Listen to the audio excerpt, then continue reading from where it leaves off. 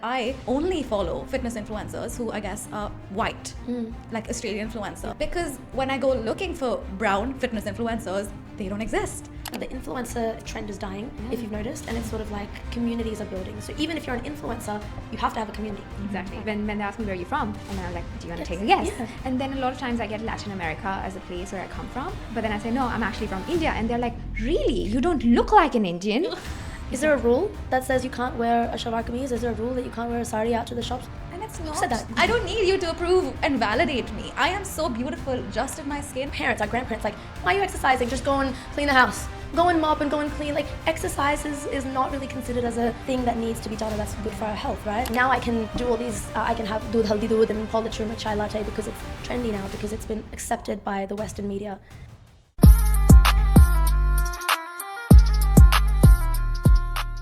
Welcome to Call Me Didi. I'm your host Diva. And I'm your host Sanchi, and let's get into today's episode. Today we have two lovely guests from Brisbane. We've got the lovely Medhavi, who's the founder of Chasing Chai. And we have the lovely Natasha, who's the founder of the Brown Girl Collective. Hi girls, thank you for coming. Thank you for having us. Thank you. We're going to quickly introduce you. So Natasha is a first-gen Pakistani Australian woman passionate about social justice, wellness and fitness. She works in the domestic violence sector and is also a founder of Brown Girl Collective. We're so happy to have you here. Thank you so much for having me. I really appreciate it. Medhavi is a skin specialist and the founder of Chasing Chai, a run club built on connection, movement and something that everyone can be part of. Again, thank you girls. How are we feeling today? Because I know you girls have just come from the run club and you've probably done some kilometers. Is that right? Not us, actually. No. We just walked. We did a hot girl walk. Yeah, we've done but some we had a really good turnout today. Heaps of new people, lots of people running. So a lot of people got kilometers in. Yeah. Just not us. we were pretty surprised. Usually we get like a mixed bag of like walkers and runners. Yeah. This time everyone ran. So we were pretty proud of our club. Like they just sped off. We don't even know where half of them went because usually we like try to monitor where everyone is, but everyone just flew. And everyone knew where they were going. Yeah. And it was a really good turnout. Yeah. It's really good, and there was a lot of new faces, which was nice to see. That's always awesome when you're running a community. Can I ask, like run clubs in general, because I'm a bit hesitant to go to run clubs because I'm like, oh, everyone's a runner and everyone knows what they're doing and I can barely do 3 kilometers, you know, like I'm happy if I do that much. What, like, do run clubs, how do they operate? Like, is it like you do whatever you want when you go there? Is there a walking group or running group? So essentially the way we set this up was we wanted to, because we are all inclusive and that kind of encompasses a lot of things. That's, you know, whether it's ethnicity, background, all that kind of stuff, but it's also like your fitness level.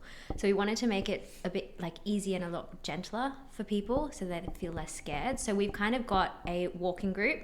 So we have a walk lead and a run lead so that people that want to walk that day know exactly where they're going and who they're paired up with, and then the runners have their run lead. The run lead generally paces people. So if there's people that are just new to running and like, I feel a bit scared, this person can run faster than me, like their pace is a lot better than me, none of that matters.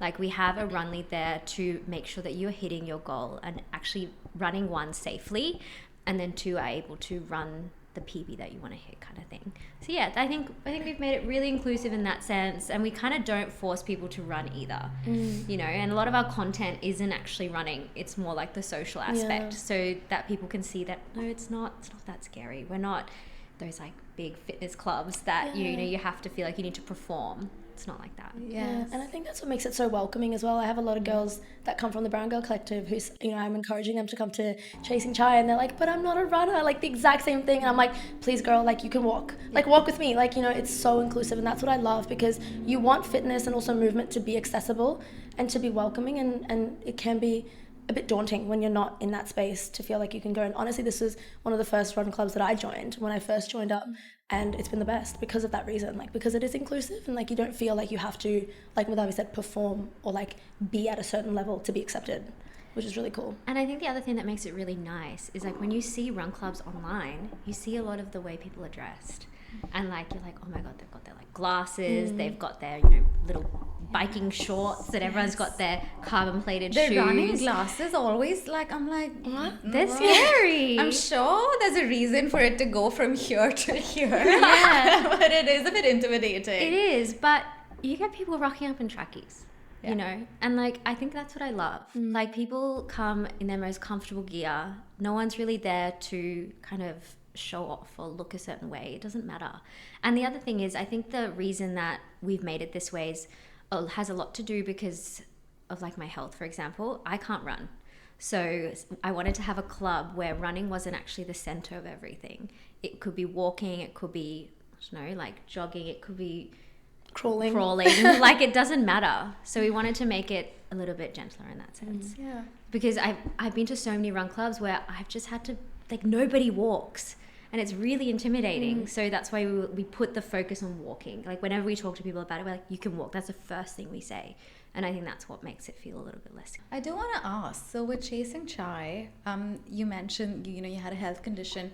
What was that initial reason on why you wanted to start the club? Yeah. Well, I actually worked for a company where community was kind of this focus of, that was my job. Yeah. So where I did a lot of community focused work. I've seen run clubs start from, this was actually prior to the run club trend when it was literally just kind of taking off. I watched several run clubs blow up. Like there's a few big ones now in Brisbane that 2 years ago, they were baby run clubs and now they're like huge. So I've watched them blow up. And when I left that company, I just missed that like community aspect. And so my good friend Prajol and I, we both, I guess, were training for Bridge to Brisbane, and we got all of our friends together and we were like kind of just doing pre-Bridge to Brisbane runs, like, because it's 10K and I'd never run 10K in my life. So I guess it was really nice to just kind of bring people together. And I guess one night we we woke up the next morning and he texts me and he's like, I think I had a dream about like starting a run club. And I was like, yeah, I was literally thinking that. And then we were kind of like, screw it, we'll start a run club. Like it was literally on a whim. We decided to create a community. One, because I wanted that connection. Two, and I guess he just wanted something fun. So two minds came together and we came up with, the name Chasing Chai, because, you have coffee after a run. And so we were like, let's just do that. And then we were like, there is nothing for us. People that look like us don't go to run clubs. Now you're starting to see it because it's starting to become really big. Like there's a lot of run clubs in India. There's a lot of run clubs in, Melbourne. I'm sure there's some in like Adelaide. Like it's everywhere now. but it's, so we were like, let's make a club where it's for people like us. So we have a home as well to go to and a place where we feel comfortable, where we don't feel kind of isolated or like the only brown person, in a sea of like Caucasians kind of thing. So that's why we kind of did this we saw a gap within that run club sector and we were like, let's do it for brown people, for South Asians. 100%. Essentially. Like I, being someone in Adelaide, follows your run club page and I've done it over a year now. I've been following for a while and I've seen you guys grow because that sense of community for us, like that's so important to me, and to see you guys create that, and like it was just like, I really just want to see what happens here and I just want to participate in this just virtually because it excites me so much. The other thing with run clubs is, I don't know if you face this, if you guys face this, but like to me, like the typical, I'm gonna say Aussie because like they're bigger builds, right? Like even Australian women have different physique compared to us, and their ability to run, I'm not saying that's necessarily different, but your genes are different, like the way you build muscle is different, so it's hard to relate to them at that level. But when you see people who look like you do it, it's just so much more, it's like a way in. It's like, oh, they're my friends, like I can go in. So I really admire what you do. Well, we actually had a few people today because we were kind of going around being like, where, like, how did you find us? We were curious, and it was actually a lot of women that found it through Instagram and things like that, and they said that they saw it and they were like, they look like us, so these look like my people, is literally the words people were saying today, which I thought was amazing. And when we first started Run Club, I think it was about 6 months in, I met Tash, and then we had like our first kind of event together. honestly, I had prayed for her the whole time I had run club. I was like, I need someone like this, and then I found it. I need a Tash in my life. And then I found it, and then we did a video actually for our first event, which was with Muscle Nation. It was a Mother's Day event, talking about how within the South Asian community, exercise, fitness, even having protein powder is not a thing. Like, we're told, if you do this, you'll become this way. If you do this, you become this way. And we did a whole video about it, and and this opens up a really big dialogue, what you mentioned as well, around genetics and South Asians, and sort of like the historical reasons as to why we look a certain type of way when you really date back to the famines and what we've been through as a race, essentially, and what we've been through. And I think this opens up that conversation around, we see online Caucasian women, we see online these bodies and these ideals that we look towards and these standards that we want to look towards, but they're not necessarily realistic for us, and that shouldn't be what our aim is, to look like them. But I can understand why we feel that way, because that's what we're seeing. That's what the content is being pushed online. That's what the media is showing us. And so it's really nice to have a space of having more South Asian athletes and having more Asian athletes, having more diverse athletes and people in general who are in fitness, to sort of normalize that, hey, exercise is actually really important for our health and well-being, and it's not something that we shouldn't be doing. Like, I'm sure you guys can relate to like conversations around exercise in the household. Our parents, our grandparents, like, why are you exercising? Just go and clean the house, go and mop and go and clean. Like, exercise is not really considered as a thing that needs to be done, or that's good for our health, right? And or like building muscle is such a taboo, and like creatine is a drug. Do not take creatine. Protein powder is a drug. It's going to spoil your gut. Don't have protein powder. And then you get a WhatsApp forward on it, and you're just like, dude, just read a book or something. Exactly. And so it's really nice to be in that space where we're dismantling some of those ideals and those, I suppose, preconceived notions and I guess stereotypes around what exercise is and how important it is. So it's really nice to do that in an inclusive space where it doesn't feel daunting as well, like, oh, like I've never exercised, or I haven't grown up in a household where exercise is important, but how do I step into this in a safe space, So it's really nice. And sorry, just adding to that, on the flip side too is like people with autoimmune. So that's kind of my standpoint, and that's where I fit in with this, I guess, is like I wanted to have a space too where people who are like me, who are, sick 24/7, can't do certain things, can't even run, have a space to go where they're like, don't feel isolated, and they're not surrounded by, I guess they're surrounded by people that are, I guess, similar to them as well. And so we open up this space where it's like safe for people like me to also come and feel like I don't need to look at people who are crazy fit and feel insecure about it or feel less than. I think a lot of the times at run clubs I felt less than, and I was like, I can't do that. I look like that. Like, my body just won't let me. So that's why I like the way we've created Chasing, is because it's just inclusive, it's safe, and not once have I ever been like, oh, I don't feel enough. I felt empowered. Even though I know this is a space we created, it's still, really nice that people can feel that way. And we've got a few people with conditions too that have come, and they've loved it. So yeah. And that's true inclusivity. Like, it's not the performative diversity, it's not the performative inclusivity, it's like the real sort of experience where you go and you genuinely feel like, I'm safe here. Yeah. I'm seen here. I agree. I feel like it like representation of your race matters in every area. Like, it's so common to see like South Asian women not being in business as well. Like, but when you see women building amazing businesses and building their name out there, talking about money, investing in money, and like all those things, when you see people doing those things as well, like, you feel like you can do it as well, because representation matters so much. And when you see people like you do the things that you have always wanted to do, no matter it's fitness, no matter it's business, no matter it's investing, no matter what it be, like, it just gives you so much confidence and like makes you feel like, oh, if they can do it, I can do it too. 100%. I feel like even going back to fitness, like, there are barely any brown fitness influencers.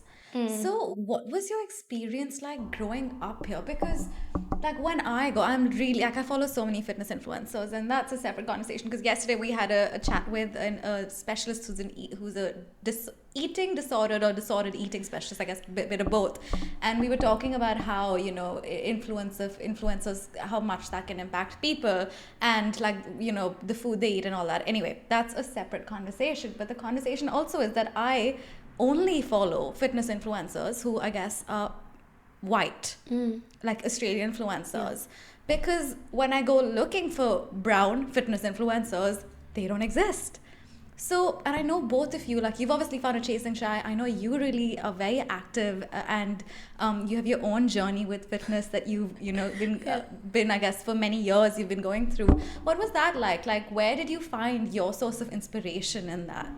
Yeah, I guess it's really interesting because my journey with movement or exercise dates back to, I suppose, in school, I was not a very active person in the sense that I hated PE, like HPE, like the physical education class. I hated it so much. The only thing I did was the theory part. I couldn't do it. I hated sports. I wasn't very active in that space. I loved sort of like going camping and climbing trees and running and swimming and all that thing, but I was never really an active kid, so to speak, you know, in sports. And so I only found the gym when I was sort of in my early 20s. I was like, I want to do something, and I never thought that like a team sports thing was for me. It just, I think it never really clicked for me. And then I got into the gym and I was like, okay, this is really nice. I really enjoy this. It's like my time to sort of unwind. I can do something on my own. I can really like focus. And I sort of got into the gym early in my 20s, and then I went through the whole journey of trying to figure out what I like, went through all these phases of mainly like strength training, lifting weights in the gym, tried yoga, tried Pilates, this like dabbled here and there. And the thing that stuck the most was gym and with lifting weights. However, over the last year or so, that sort of shifted into more like bodyweight training and calisthenics and that sort of thing, which is what I'm really excited about it because I feel like it's keeping that passion alive of being active and still working towards a skill. When it comes to actually seeing what I saw online and like in the media, I would echo exactly what you said. Like, I did not see a single brown influencer, but I also didn't think of it that way back then. And this, I think, maybe opens up the conversation around what's my experience of me being actually my experience of being a brown woman growing up in Australia. There was a lot of times where I didn't even recognize that I was brown because there was this mismatch and this sort of confusion of my identity. Like, where am I? Am I a brown girl? Am I a white girl? And that feeling of I don't really know where I belong because I grew up here, I was born here, and I was really connected to my culture at home in terms of language and things like that. But outside of that, we weren't a part of any cultural groups, no religious groups. So I didn't really have culture in my life. I didn't have connection to like Pakistani culture or Indian culture. And so for most of my life, I sort of resented being Pakistani because all it did was make me different and all it did was make me not like the others. And then I had my own, obviously, experiences with that growing up here and like being one of the only brown girls in school. And I essentially shut that part of me for most of my life, if that makes sense. So I didn't really see myself as a brown girl for most of my life. I was just like, I'm just an Aussie girl with a brown skin. Like, I didn't really think about it. And that was because I had subconsciously shut that part of me away, because somewhere along the way throughout my childhood or throughout my teen years, the messaging I got from people around me, whether that was schoolmates, whether that was adults, was that your differences makes you less desirable, makes you less appealing, makes you less, you know, appealing to making friends, to dating, all this stuff. So I was like, okay, that part of me I have to shut down if I want to be liked, if I want to be loved, if I want to be accepted, right? And so it honestly just wasn't until my 28th year of life where I was like, hold on, there's actually something about me and about my culture that I should be proud of. And that was when I sort of started the journey of the Brown Girl Collective and going into that space of, I want to reclaim my connection to culture. I want to reclaim my connection to who I am. There's actually this huge part of me that I've just completely shut away, and I'm doing myself a disservice for like not recognizing that. Do you know what I mean? That's good that you recognized it, but did you like have a specific moment, or did you like have this specific experience that you went like, well, I really want to like reclaim that part of me? It was really gradual. I don't think that I had like this aha moment, but I think it was gradual. And I think what triggered it was probably this rise of seeing more diversity around me and seeing more diversity on social media and in the media, like the representation. I was like, hold on, I'm seeing more of people like me. Maybe this is a thing. Like, maybe this is accepted now. And I don't know if we should go into it right now because it might get a bit too deep. But this sort of goes into the space of, we feel, so many of us people of color feel like we can't be proud of who we are until we get the approval of a white person. And so we're seeing a lot of representation in the media now. However, that representation and that approval is coming from a Western audience, or it's coming from a Western outlet. Does that make sense? And so a lot of times I feel like, oh, I now have approval to put oil in my hair, because now it's not oily, it's not smelly. Now it's clean girl aesthetic. You know, now I can do all these, I can have doodh haldi doodh and call it turmeric chai latte, because it's trendy now, because it's been accepted by the Western media. Whereas back then, those are rituals and traditions that date back centuries, but so many of us are disconnected from those, because those exact rituals and traditions, we were made to feel less than because of those. Does that make sense? Yeah. I feel like since meeting you, like I related to everything you were saying, like also growing up here, but since meeting you, like even I think you're 27 when I met you. Yeah, it took me 27 years to realize what was going on. And after being friends with you for this, like we've only been friends for like a year, which is crazy. But it was only then that I think I got a bit overwhelmed, to be honest, when I first became friends with Tash, because of like the Brown Girl Collective and everything like that. And she'd always tell me, she goes, put the jumkas on, like do this, don't be afraid to do this, because I was. And like I didn't realize it until I met you, how deeply rooted that fear of being brown is. Yeah. Like even just walking out into the world, like you're like, I don't want to wear like, I don't know, like a top with pattern on it that's like somewhat Indian. Can I ask you guys a question? Growing up, did you have Indian or Pakistani or just brown friends? No. So most of your friends were... She's my first like proper brown friend in my adult, like we're both 29 this year, and she's my first, for me, based on my experience, my first brown friend. I was like, I have a brown girly friend. Like I grew up with white girls. I was the only brown person. Yeah, and it's the same with me. Like I had brown girls in my school. I think I had like one. She was a bit mean. You were going through own issues. Sorry. Yeah, it's quite I think deeply that rooted. it's quite. This is the thing, right? Like growing up, I was scared of brown women.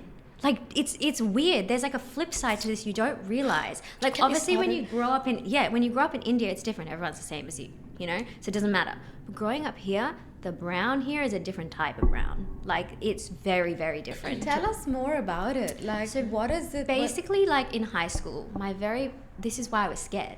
My core memory was like, obviously, if there was a brown girl, they would just look at you like you were nothing, because they were popular, because of the way they looked. Like they kind of had that in, or like something. But I guess maybe I was a bit weird. I don't know. But like, yeah, I was always like bullied or like just looked down upon. And even when you go to brown functions, people just stare at you weirdly. Like I can't explain the level of like, the only word I can think of, and I'm sorry if this is maybe a bit, it's fine. You might have to censor it, but like it was just a bit bitchy.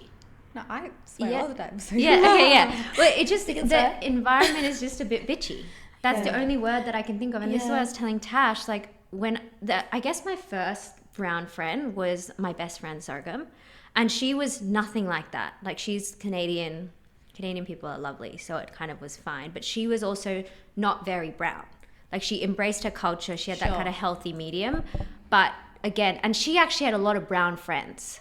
So she had a healthy experience. So I guess that's why she was sort of healthy. But when you talk to other brown girls, they've had the same experience. I guess in Australia, they've had the same experience as me, where it's like they've experienced the bitchiness from other girls. So you become guarded and jaded because you're like, I don't want to be friends with this person. So you also emulate that energy, which kind of, I guess, I don't know what I'm trying, it's not making sense what I'm trying to say, but like, it does make sense. And I think what I keep thinking of as you're saying this is we can delve deeper into sort of the social and like on a broader systematic scale of how women are taught to compete with other women, how a lot of brown women are taught to see other women as threats, to live in this scarcity mindset of like, if this brown woman is winning, therefore she is a threat to my success. If I'm winning, that means I can only win. And it sort of perpetuates this idea of like this hierarchy. And I think that's where a lot of this mindset comes from, where it's like, there's already so little of us. How can I be the top dog? Like, how can I be at the top? And this is why I don't blame the individual person ever. I don't blame the individual woman at all. I blame the systems in place. I blame the patriarchy. I blame these these systems that have sort of perpetuated this idea that we must be fighting for our place at the top. and that there isn't enough to go around. What's your experience with like scarcity mindset? Is that something that you feel like you have felt in any stage?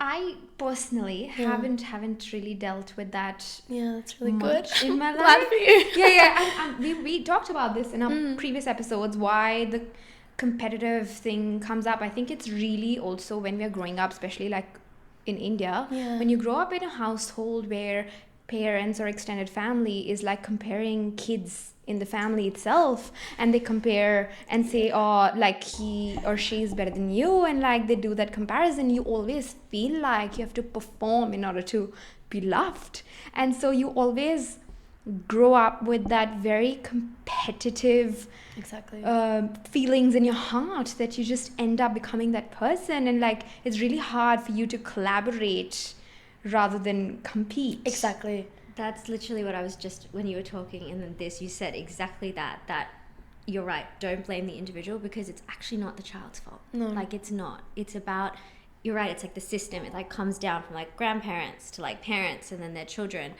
And it's like how we were raised, right? It's like the way our parents talk to us. It's the way our aunties and uncles talk to us. It's like when you go to functions, your auntie's like, you're looking a bit skinny. It's like, oh my God, don't even get me started. Yeah, it's all intergenerational. Yeah. Like if we delve into like, it's all intergenerational. Like these patterns are constantly being passed down. Ultimately now it's up to us to change these patterns, right? And to change these norms. But yeah, it's exactly and that. I think that's my point before was, and that's why I was very grateful for our friendship, because it opened this, like, that's why when I said it was overwhelming, because there's so much you don't realize that you're scared of. And when you start to realize it, you're like, that's wrong. That's wrong. Yeah. I shouldn't be doing this. And then because of the way you show up, it, I think, just inspired me to like learn to embrace myself a little bit more. And I think the most interesting part is if Medhavi had met me 3 months prior, I would have not been that person. Like we met each other at this time where I had just made this conscious decision. No, I didn't wear jumke until this last year, okay? Never wore jumke in my life. We would go to family dinners and my mom would say, Tashi, wear the shalwar kameez. I'd be like, I don't want to. Like, I don't like what I look like in it, and I feel uncomfortable. I feel awkward. And I was also taught, when we go back to it, just want to make a quick point about the internalized sort of racism that we sort of face. For my parents, they migrated here 30 years ago, right? And then I was born 29 years ago, so 33, 29. So they were still very new to this country. They were trying to figure it out, and all they wanted to do was belong. All they wanted to do was fit in. And all they knew to do that was to do what you can to blend in. So when we were out in public, my parents were telling me, Tashi, don't speak in Urdu in public. You don't want people to know that you're from somewhere else. Like, just be normal, speak English. You're wearing a shalwar kameez at home, you want to go to Coles, you got to go change into a pants and top because you got to look like everyone else. You can't go out in a shalwar kameez. You can't go out in a scarf or anything like that. And so these sound small, right? But these, for a child, it solidifies this idea, okay, so the way that we are is not okay. So I have to change in order to be accepted. Yes, I feel like we've talked about this in a previous podcast, and it's something that I really relate to, because I think with your parents, maybe it's not your parents, but in general, it's that bias of thinking that white people are superior to us in some sense. It's the white supremacy that's been passed down, and they take that on because I'm so grateful that I get the opportunity to live in this country, so therefore I must.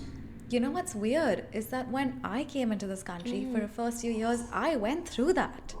I thought that, and this is so internal, right? Because again, I spoke about this, when white people come to India, people take pictures with them because they're celebrated for being white, for being, just fair skinned. So it's so internal just growing up that you think that they're better than you. And I didn't realize that this was my way of thinking until maybe a few years ago, where I was like, wait, actually, hold up.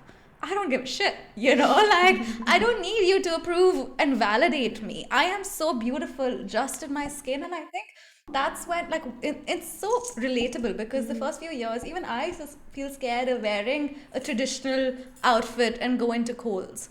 But now I'm like, wait, hold up. I'm going to look beautiful. I'm going to wear this and walk out, and you can compliment me, and I'll tell you about my culture.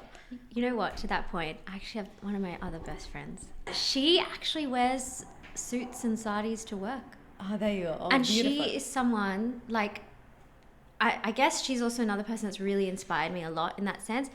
Shamelessly, unapologetically, she's like, I'm Indian, you know, like, and she wears them to work, she wears them to Coles, to Woolies, and she just doesn't care. She goes, I'm comfortable.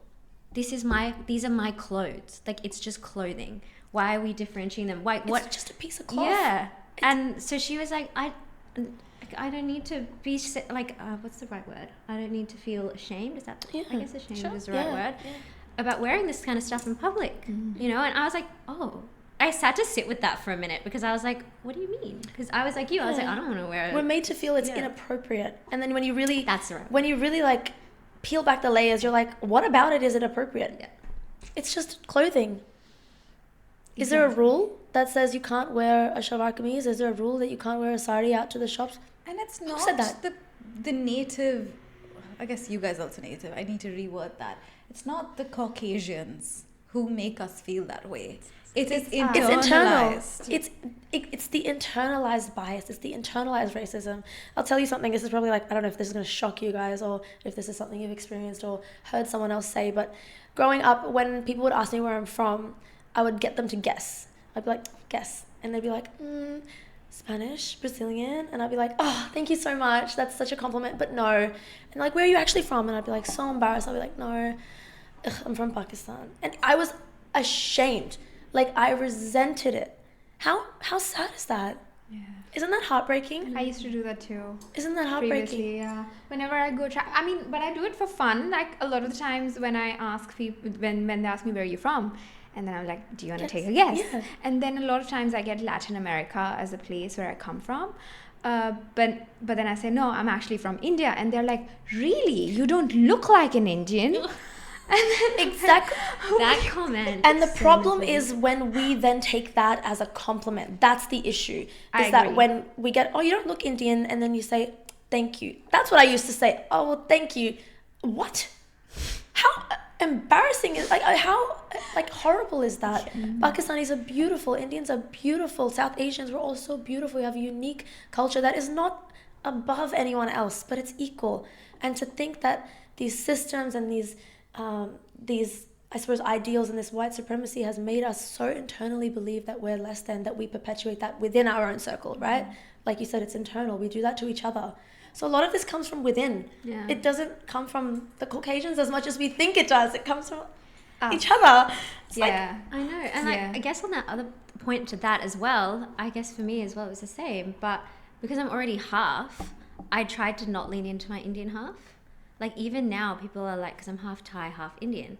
I'm like, yeah, I prefer Thai food more than Indian food. Like, I still do it till today. I'm like, I still don't lean into my Indian style. I'm learning to now, but I'd much rather be Thai than Indian. because it's more accepted. It's more accepting, you know, which is so strange because that's also Asian. That's So very interesting. That makes me just think about this as us as humans, because I was just talking about this. I was like, this is not a white or a brown issue. I just feel like this is a human thing that we just tend to feel like, just in the society, whenever we feel like some people are different from us, we just tend to feel like they're some sort of below us. That's exactly why the women and men issue happen as well, because like that's what the thought process is in the head of humans. Like, racism exists in India itself as well, right? Like, people in India are so racist towards each other. it's like the North and the South. Right? That is crazy. Like, the whole North and South fight, especially like when it comes to, I guess, marriage and things like that. Exactly. Oh my God. It's It's crazy. a whole So- nother can of worms. Exactly. So it's just something that is there as humans, that we just do it. And I feel like we just do it because we always have this feeling to belong. Like, as humans, we want to belong.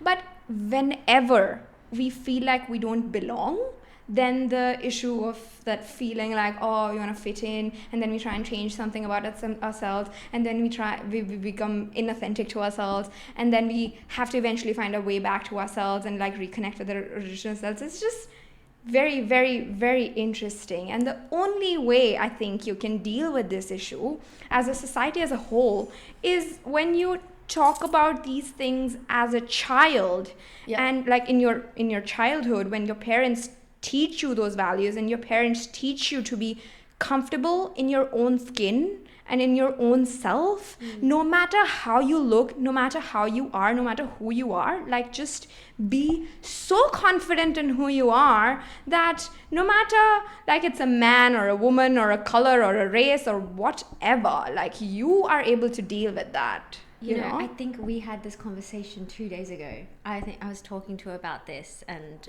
exact topic where we were like comparing the way we both grew up, because we were like, what? I'm a lot more anxiously attached and dependent, and then you're very self-sufficient, stand in your own. And I was like, why? Where is this coming from? And it's like growing up, there's a thing, I guess, I don't know if it's within everyone, I don't know if you guys will relate, but at least my parents did a very good job. But the one thing I wish they had done was taught me that self-belief. Because instead they would just compare me, you know, be like, why aren't you like this? Why aren't you like that?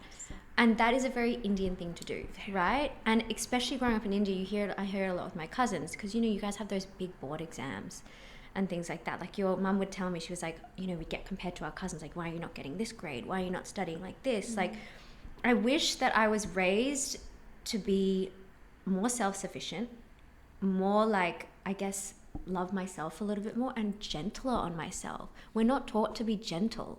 And that is why we have so much like that internalized, like, I guess, hate towards ourselves for like the way we look, the way we talk, the way we speak. And I still remember like functions and things like that. I'd go and like, you know, talk to aunties, try to be myself. I'd leave the function and I'd get absolutely ripped into by my parents to be like, why'd you say this? Why'd you talk like this? Why are you acting like this? Why are you raising your hand like this?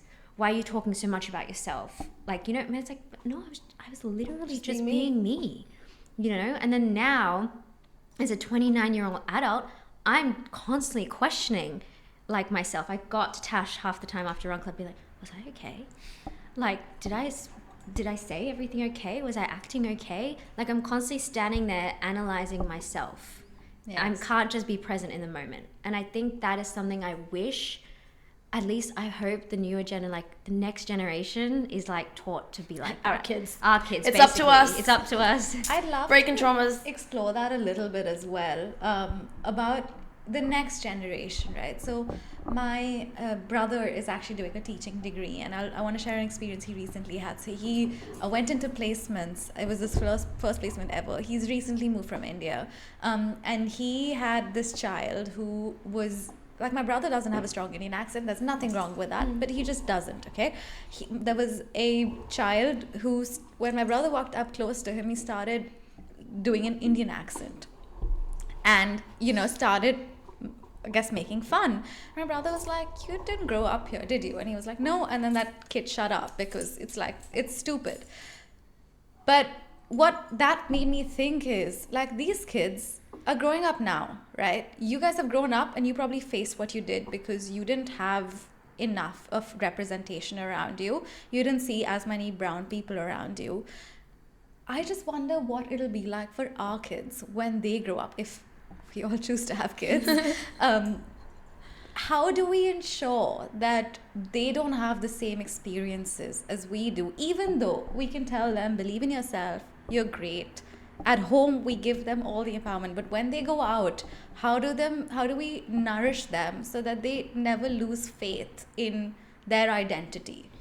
I feel like maybe you can speak better to this. I was just going to say lead by example, but then I just thought back about my parents, and I was like, they did try to lead by example, but you still got embarrassed by them, you know, for being... I think we can't really think back on what our parents, we weren't in their shoes, we don't exactly know, we weren't in their heads. And I think about my parents and the experiences that they went through, and they truly did their best. And they were doing it for the first time as well. And I think the one thing that I would say is that, and this is why I haven't had kids yet, is because I really want to do that work internally and do that work on myself, so that I show up authentically to when I share these thoughts with my kids. So it's not like I need to believe it in my head that I am enough the way I am. I need to believe that I am perfect the way that I am. I need to believe it within myself before I can... It's sort of like, exactly, lead by example. You don't preach if you haven't been practicing the same thing. So I think that it really starts with the parent doing that work themselves, and then leading by example for the children. And so when I think back on the example of the internalized bias and the racism, my parents had that in them, and they didn't want to have that. It was subconscious for them too, but they subconsciously passed it on to me. They didn't actively say anything, obviously, other than the like that you don't wear the chakras or don't talk too loud, this type of thing. But other than that, like, they taught me to be confident. They taught me to be to trust in myself. They taught me to speak my truth. They taught me to do all these things. But I still went out in the world and had those experiences. So it's sort of like, you can't control what's going to happen in the world for our children, but as long as you internally, as the parent, genuinely believe in your heart that you are enough and you are perfect the way that you are, and that you exude that energy to your children, you're going to be doing already better than the previous generations. You're right. I think my dad did a great job in helping me build the self-trust that I have today and the self-belief that I have today. Like, of course, I've had my own journey and I've like done things on my own, but the specific incident I remember so vividly in my life, that I remember as a child. You remember that kid bungee jumping that you used to get the harness, and then you used to I don't know if you guys had it here in like shopping malls. We used to go. Oh yes. They Yes, like, yeah. it was my favorite thing. I've never been on it. That's I always wanted to do it as a kid. I was scared of heights, but I was like, nah, I want to do that. See, Everyone, exactly. my I worst was too. realization was when I was like, fuck, I'm too old for this. Never too old. I was too. Like, I was so scared of doing that. And it was right next to the lake. So it was right next to the river, like a lake. So I was so scared to actually do it, because whenever I would go on it, like, I would go up and my heart would feel very, very weird feeling. But my dad pushed me to do it. Like, he was like, no, you have to do it until you be comfortable in doing that. You have to do it. If you feel weird when you go up, just look at the moon. Just look at the moon and you'll be okay. That's and so I did beautiful. it. And I did it so many times until the point I got so comfortable doing it. Then when I got up, I would do a flip, and then I would come down, and everybody around me started clapping to see me do the flips. That whenever I went up, I would do a flip and I would come back, and that was like my first time, like, being in a situation where I was just so scared of doing something, but my dad pushed me to do it, and I ended up becoming comfortable in that thing. And the same was like with the bull ride thing, where you would sit and the bull would go and you would fall. Like, I would be very uncomfortable doing that. Really, exactly. That like one scares me. Same. So, but my dad pushed me to do it. Like, I would be so scared of going up to the counter and ordering food in India to Macca's, and like, my dad would be like, no, if you're scared, you have to do it. Like, I would go up to and like order food until I became confident in that process. So I just feel so grateful that my dad actually, as a kid, put me in the positions where I was scared, and he would just push me to do things, and that helped me build so much confidence in myself. That is such a valuable, life lesson, because it keeps making me think of the quote, and I always think back to this quote, is do the uncomfortable until it becomes comfortable. And that you cannot wait to start something, whether it's a business, whether it's a new job, or whether it's a new skill. You have to do it when you're scared, and that's the only way you build confidence in life, is doing it when you're scared. You have to be terrified, and you have to do it anyway. Exactly. And I think, speaking to that, you always just need that one person that can push you. And I think we've all at least we can say we have one person in our life. I know for me, it was my uncle. Like, I knew that I was an adrenaline. Like, I loved adrenaline. I loved like crazy sports, and not that I played sports, but I liked, jump from things and be like that. And he was an avid traveler, so he always told me, he goes, when you want to be with someone, take them traveling. Because he also had a love marriage, so that was another thing that was really unique, for our family, was that. And so he pushed past all of those social norms. And to see him do that, and then so he's always, whenever I go on holiday, it's always with him that I go and do the fun things and the scary things. Because I think it's really important to, as a kid, see someone else pushing past their fears, because then you also learn to push past your fears. 100%.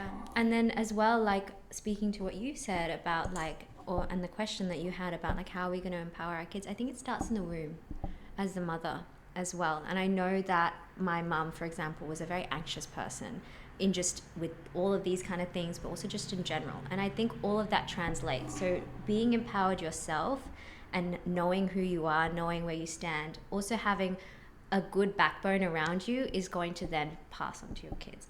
I think it always starts in the womb. I know that's probably a bit of a controversial topic in that sense, but I think it really does start in the feminine as a woman. Like, we are the ones that are carrying that child for 9 months. Like, they feel everything. There's actually so much research on that now as well, the effects of the mother's stress levels and environment while she's pregnant, and the impact that actually has on the child. So there's so much research on that and also the dads, like also the male's genetics come into play. So if both parents are experiencing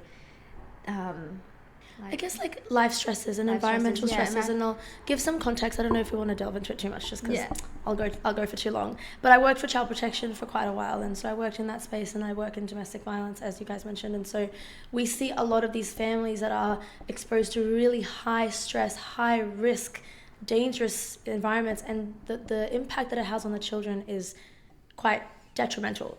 And sometimes we notice these effects when the child is born, and it's like, oh, but how is it already affecting a child when they're just a baby? And it's like, well, that baby was still being formed for the 9 months prior, and it was still a living, breathing human being. And so it does make a huge impact when you look at the family dynamics and the stress levels. And this is why this is also, again, like when we talk about having kids, we need to be ready. We need to be in an environment where we're financially stable, where we're emotionally stable, where we're psychologically stable, so that we can give the child the best life that we possibly can with the resources that we have.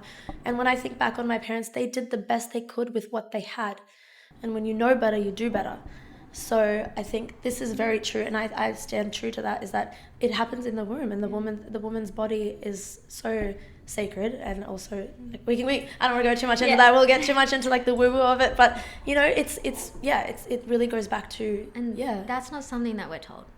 You know, it's only something you find out by doing your own research and things like that. And I think that's where it starts, because otherwise you're going to be like, you know, for example, like me at 29, reparenting yourself. You know, trying to get rid of your fear, trying to learn to not walk around like being, you know, all shriveled up and scared of everything around you. So I think that's how, and I think now the one really positive thing that we have is like, because we're all realizing it at our age, like we're all in our early late 20s, it's our friends now that we lean off. 100%. I feel like the friends in your life are so important, because like Sanchi's had such a big impact on me, and I guess coming out of my own shell and being able to do this podcast, and that's a separate thing, but just, you know, the influence you guys have on each other, what you can teach each other in becoming a more confident version of yourself. It's so important to surround yourself with the right people. It goes a long way, and people do it so subconsciously, like they'll hang out with people and there's no intention behind who you're around. And I feel like you really, really, especially at this age, need to put that work in on who you're surrounding yourself with. And I with. think that is why we started community. Yeah. Because we were like, we both were like, oh my God, we have to get intentional with the people surrounding us. Because as we get older, we start to cull. We start to realize, I don't like this. I don't want to be with this person. Like, I know I'm getting like that. I'm starting to like more, you start to go internal rather than focus on the external. And I think that's where community really helps, because then you start to lean in and you meet the people that are more aligned with you. Yeah, and your environment matters, you know, and it's like you want to be spending time with people that lift you up, that inspire you, that want you to be the best version of yourself. I know we've heard it before, it's all online, but it's true. Like, it's simple, but it's so true. And like, you know, for the last 11 years of my life, like, my best friend was my partner, and he still is. But meeting Medhavi and then meeting everyone else through this whole community has like changed my life. I think this is the first time I've actually had like a group of girlfriends, or just a girlfriend in general, and I can't say that I've had that my whole life. Yeah, I've always sort of been on the peripheral of groups and friendships. I've never really been a part of something. I've been lucky to have a partner that, you know, I've been with for so long and have that connection. But we love George. Shout out George. But you know, it's been so, it's like this last year has been so pivotal for me in my own healing journey, starting the Brown Girl Collective, healing my own connection to culture through that, and then knowing that other people are experiencing something similar to me, and seeing also the community that we've created through the Brown Girl Collective. And something that I think we're really proud of is that it's not just a come to one event and goodbye kind of situation. It's something that we've curated so effortlessly and so organically. I haven't done anything. I haven't like grouped people into any space. I've just said, this is what we're about. This is our ethos. This is our values. We're about empowering, inspiring, growing. We're about connection, collaboration, and celebration. Those are our values. And the right people found us, and that happened organically because we showed up authentically. We showed up real. We showed up with integrity, with love, and this is what we talk about a lot. We talk about how both of us, the reason why we've connected and we've stayed so true and so strong in our friendship is everything that we do for love and from love. And we're also really honest. Yeah. Like, I think there's so many times we just, like, we all have disagreements, we all have things like that. I think in friendships we're really scared of being really honest with that person. And the one thing I really love, I guess, about our friendship and why also our communities work is we're very like, this is what we have, this is the problem, this is how we fix it, instead of like, we don't hide behind jargon as well, or like corporate language. Like, nah, like, this is how it is, this is what we're feeling, let's talk about it, and let's be upfront. I think, and that's connection, right? And that's what people are missing, and that is why people, you know, come to the Brown Girl Collective and they're like, I need that authenticity. People are actually craving authenticity 100%. in a world so filtered. Like, authenticity matters. And I think, again, too, having Chasing and Brown Girl Collective together works because they're both sitting in that authentic space. Like, we don't try to kind of, we show up as we are and we're like, we're a little strange. Like, you know, we like who we are. It's so weird because we relate so hard, and these are the exact conversations we've had in, you know, our community. It's literally the same. We show up just as we are. Exactly. And we lean on our community to, when we go for hikes, we're like, do you want to be the leader? And everyone's a friend. everyone's a friend. It's not so this authentic. top down. It's this like equality. Exactly. And when you show up like that, it shows. Energy doesn't lie. And we talk about this. Energy doesn't lie. And you can say all the right things, but if your energy isn't showcasing that, people will see through it. Especially if you're switched on, if you're emotionally intelligent, you're going to see through that. And there's so many times where I've gone to Tash like stressed out because, you know, the game is like social media, right? For all of us. So like, you got to think about people that are also out there. Like, there's a lot of the same things out there. It's like, how do you make yourself different? And Tash was like, don't even worry. Like, just keep being yourself, stay authentically true to who you are. Everything will fall in place. And I think that it's the most simple reminder under the sun, but I think it's something that we all just need to remember. Because we can't get caught in like, how do we attract more people? How do we get them more?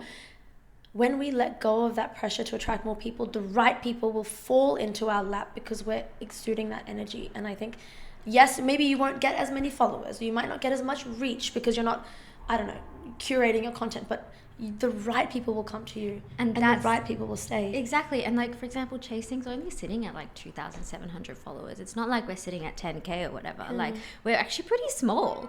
But the thing that makes us feel so big, and I really felt it today at Run Club, was we had so many new people, and like, but they all felt like they'd been there since day one. That's how I feel. You know? Not chasing Yeah. Yes. Yeah. And love like, that's that. something, and it's the same with Brown Girl Collective. There's this group of women that I've met through there, because obviously I'm scared of making friends. So like that's a whole nother can of worms. The amount of time she's like, just come. And I'm like, no. But no, I've met some beautifully like inspiring, incredible women through Brown Girl Collective. And it's kind of removing that fear of making friends. Even today, we have a few people that were just standing by themselves. We never want someone to stand alone. Like, we want them, we go and kind of gym them, like push them into other people's conversations so they make friends. And then by the end of it, it just feels so harmonious. It's so organic. Yeah, and it's like free flowing, and people stay Yeah. for ages. That's why we were late. That's why, we couldn't stop talking, you know, like, and even PJ went up to these two guys and he was like, how long have you guys been coming? And they were like, this is our first day. Yeah. Or like, and then he was like, how long have you two known each other? We're like, we just met today. Yeah. We were like, what? And like, it genuinely doesn't feel like that, which is so beautiful. And I think, and that's what echoes in with the Brown Girl Collective too, is like, these girls come and you feel like you're family. And I still remember this one time we had like this beach day, this like little beach event, and this girl came and she was like, this is really weird. I feel like I know you guys for like years. We'd all just met that day, and I was like, I got so emotional because I was like, this is all I want from this. Yeah. That's all I want. All I want is for people to come, make friends and stay connected. And just a quick point on how we were talking about people are craving community.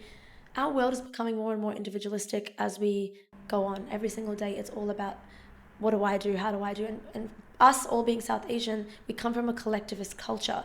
Our culture is rooted in community. Our culture is rooted in leaning on the village and supporting one another. And yes, that comes with its own issues, joint family systems, and there's dramas in every dynamic. However, something that I think in the Western world, something that people are missing is that sense of connection, that sense of belonging. And you mentioned this earlier.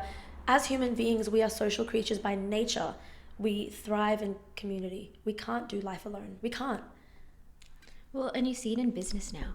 So you'll see a lot of business, like mentors, people talking about incorporate community into your business. Exactly. Because that is one, it's not about money, but that's what they say. They're like, that's where the money is. Yeah. Right? Yeah. And it's like, we don't do this for the money. We do this for the people because that's who we are. Yeah. And that's who you guys are too. But that's just, what a lot of business coaches and people are saying now, that like have that community aspect because people are wanting that and that's going to draw people in. So it's like, for example, in beauty, that's a whole nother ball game. Like having community in there is like, you see it now coming up on social media, like on TikTok and Instagram, like the beauty communities and things like that. So yeah, even on social media, like the influencer sort of trend is dying, if you've noticed, and it's sort of like communities are building. So even if you're an influencer, you have to have a community Exactly. alongside your influencer journey. Exactly. Because it's not about you, it's about everyone. It's about, And I think, you guys know this person and we love this man, Tarun. So Tarun Ladwani, we met him through Instagram as well, and we brought him on as one of our run leads. And he is so good at community too. Like he's created his own little run community through chasing as well, and like just on his own. And like seeing that and seeing him as also grow in that space has been brilliant. I know it's a random topic to bring up, but I think it touched. Shout out though. But yeah, it just reminded me of this topic because he's also seeing him grow in that community space and actually finding people that he can connect with, and yeah, it's just been amazing. I think that's why we love it so much. I love it. Yeah. Oh, I feel like this is a great place to end because we can give a shout out and a cheers to community before we end the episode. Sorry. Cool. Thank you so much, you guys, for coming on. I feel like this conversation was so wholesome. We talked about so many things. We and keep I talking. feel like I was like, I could keep talking. Good thing we're spending the rest of, well, at least the afternoon together. Or we're doing a joint event with the Brown Girl Collective. Yes. We're going to post about it on Instagram. So you will find all of the, I guess, you're probably going to watch this a few weeks later. So you go check out how that went. But we're so, what a pleasure it's been to have you guys. It's been such a great conversation. To find you guys, obviously you have the Brown Girl Collective Instagram, you have the Chasing Chai Instagram. Is that the best place to find you? I think for now, that's the best place to find us. Okay, beautiful. And if you're watching this video, like, share, subscribe, and leave a comment now. thank you. We'll see you in the next one.